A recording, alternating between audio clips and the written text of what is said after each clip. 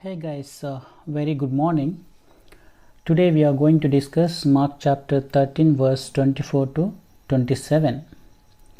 Before starting our Bible study, we have to read these verses thoroughly so that we can understand and answer the following questions to help you understand God's words in the Word of Life.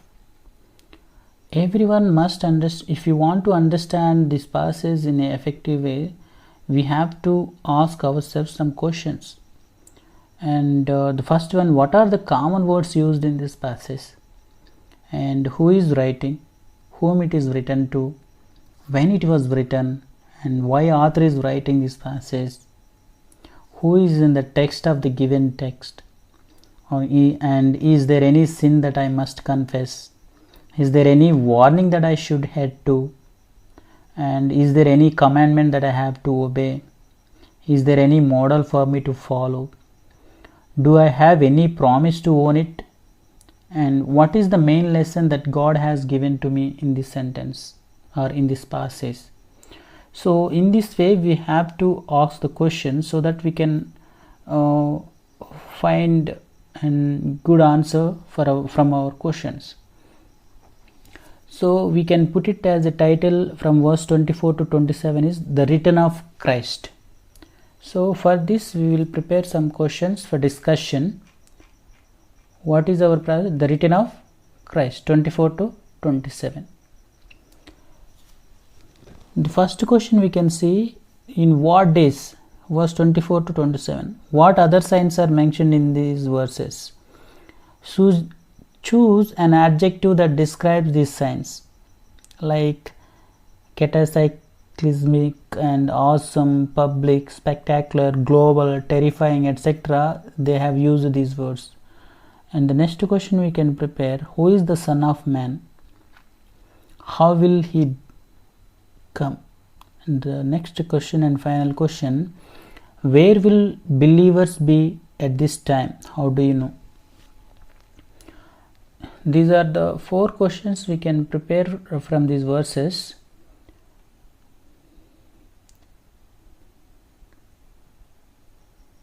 One by one we will discuss.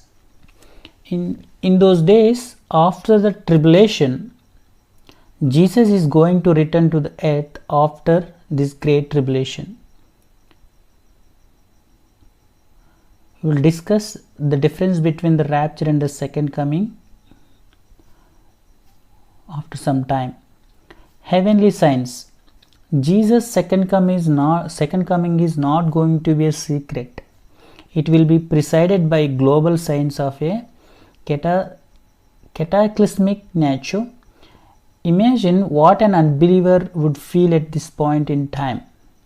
After 3.5 years of repeated judgment, now the very heavens themselves will shake. The sun and the moon are as faithful and reliable as the get. Did you ever notice the sun not coming up when it should? Did it ever change colors? Did the moon refuse to shine?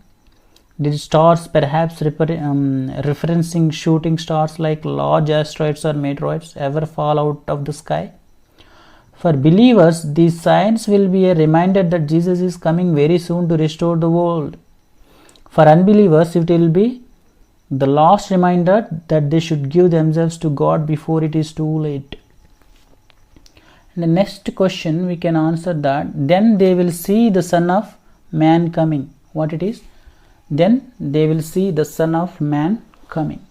This is some Son of Man that was to be afflicted, scorned, rejected and killed as prophesied in Isaiah chapter 53. This is the same Son of Man that was rejected, hated, brutally whipped, spit on, mocked and tortured and killed in the most agonizing way possible on the cross. When Jesus told the scribes and religious leaders that he would be seated at the right hand of God in heaven, when you look at Matthew chapter 26 verse 64, they ground their teeth and ripped their clothes in their lack of belief. At this point in time, there will be no more lack of belief. although there will be many who steadfastly refuse to submit to God's authority, even though his power and position will be as plain as day. When Jesus came the first time, he came in great humility, bringing peace and joy with him. When he comes the second time, he will come in great power and bring a sword to all who didn't follow him. The fourth one we can discuss. When he comes, he will gather the elect. He is going to gather the elect who have been fleeing persecution around the world and set up his earthly kingdom. What do we learn about people from this passage? What do we learn about Jesus? What do we need to do based on what we have learned? So here we are going to discuss the difference between rapture and second coming contrast. So please listen carefully. We have more than 13 points. So the difference I will explain one by one. The first one is rapture and the second one is second coming, rapture or translation. The first point, translation of all believers in rapture, and the second coming, no translation at all. And rapture or translation, second point, translated saints go to heaven, and second coming, translated saints return to the earth. Third point, in rapture, earth not judged. In second coming, third point, earth judged and righteousness established. And rapture, fourth point, imminent, any moment, signless. And second coming, fourth point, follows definite predicted signs including tribulation. In rapture, fifth point, not in the Old Testament. In second coming, fifth point, predicted often in the Old Testament. Rapture in sixth point, believers only. And second coming in sixth point, affects all men. Rapture in seventh point, before the day of wrath, the tribulation. Second coming in seventh point, concluding the day of wrath, comes at the end of the tribulation. Rapture in eighth point, no reference to Satan. And second coming eighth point, Satan bound. Rapture ninth point, Christ comes for his own. Second coming, ninth point, Christ comes with his own. See the difference. In rapture, Christ comes for his own. In second coming, Christ comes with his own. And the rapture's 10th point, he comes in the air. Second coming, 10th point, he comes to the earth. Rapture in 11th point, he claims his bride. Second coming, 11th point, he comes with his bride.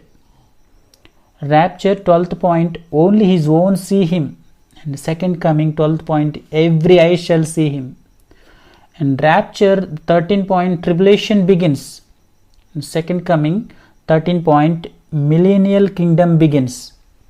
So these are the difference between the rapture translation and second coming established kingdom. So I hope you can understand this passage. It's very difficult to understand. So we will meet in our next Bible study. God bless you.